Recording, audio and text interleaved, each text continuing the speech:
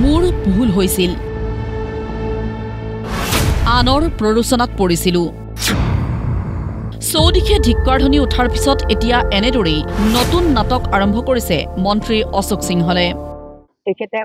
আমাক তেখেতৰ বিহলে মাতিছিলে আৰু গৈছিলো আমাৰ বিভাগীয় কৰ্তৃপক্ষ যেহেতু মাটি বিভাগটো বেলেগ গতিকে সেই বিভাগীয় কৰ্তৃপক্ষৰ লগতে আমি গৈছিলো আৰু সেই কৰ্তৃপক্ষকে তেখেতে এটা আমাৰ সন্মুখত আৰু তেখেতে ভুল হৈছিল বুলি স্বীকাৰ কৰিছে আৰু কেইজনমান ব্যক্তিৰ প্ৰৰোচনাত পৰি এইটো হোৱা বুলি তেখেতে স্বীকাৰ কৰিছিল আৰু লগতে এই গৃহ আৰু মাটি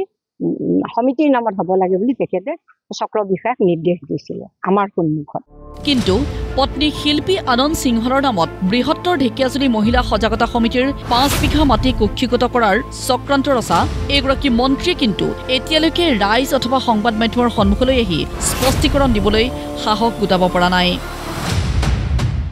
বৃহত্তৰ ঢেকিয়াজুলি মহিলা সজাগতা সমিতিয়ে বসুন্ধৰা আঁচনিত এই মাটিখিনিৰ নামজাৰিৰ বাবে আবেদন জনোৱাৰ পূৰ্বে এগৰাকী মন্ত্ৰীক অৱগত কৰিছিল কিন্তু আবেদন জনাবলৈ গৈ এই মাটিখিনি কুক্ষিগত কৰাৰ বাবে মন্ত্ৰী অশোক সিংহলে ৰচা কুটিল চক্ৰান্তৰ বিষয়ে জানিব পাৰি হতভম্ব হৈছিল মহিলা সমিতি এতিয়া জানিছিলো যে বসুন্ধৰা আঁচনিৰ অনুষ্ঠানবিলাকক মাটি চৰকাৰৰ ফালৰ পৰা এলটমেণ্ট দিয়া হ'ব তেতিয়া আমি বিধায়কৰ ওচৰত গৈছিলো আৰু কৈছিলো যে ছাৰ আমি আমাৰ যেহেতু আমাৰ সমিতিৰ নামত আমি এই মাটিখিনি আমি দখলত আছে গতিকে আমি যেতিয়া বসুন্ধৰা আঁচনি হ'ব আমি তেতিয়া আমি ইয়াত এপ্লাই কৰিম তেতিয়া তেখেতে এটা কথা কৈছিল মোৰ মাটিৰ লগত কোনো ধৰণৰ লেনা দেনা নাই আৰু সেই হিচাপে আমি এপ্লাই কৰিলো আবেদন কৰি যেতিয়া আমাৰ জিঅ'টেক কৰিব আহিলে আমাৰ প্ৰশাসনিক বিষয়া মহোদয় তেতিয়া আমাক সুধিলে যে আপোনালোকৰ মাটি কোনখিনি চাৰিসীমা কোনখিনি তেতিয়া আমি চাৰিসীমা মাটি আমি গোটেইখিনি দেখুৱাই দিছিলো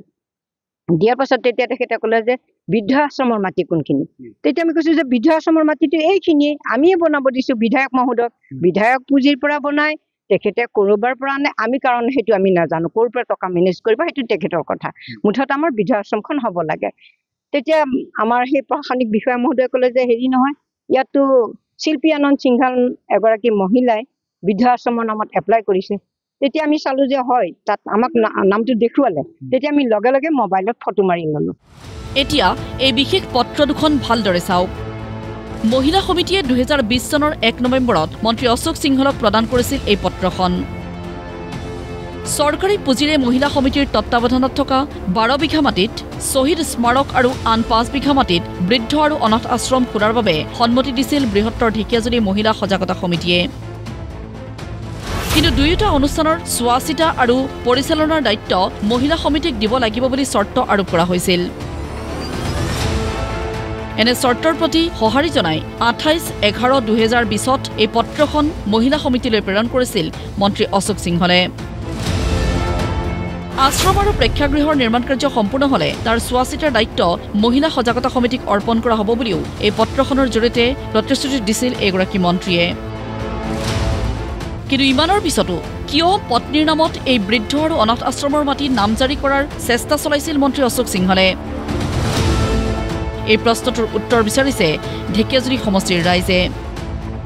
ঢেকিয়াজুলিৰ পৰা যতীন ডেকাৰ সহযোগত ব্যুৰ ৰিপৰ্ট প্ৰতিদিন টাইম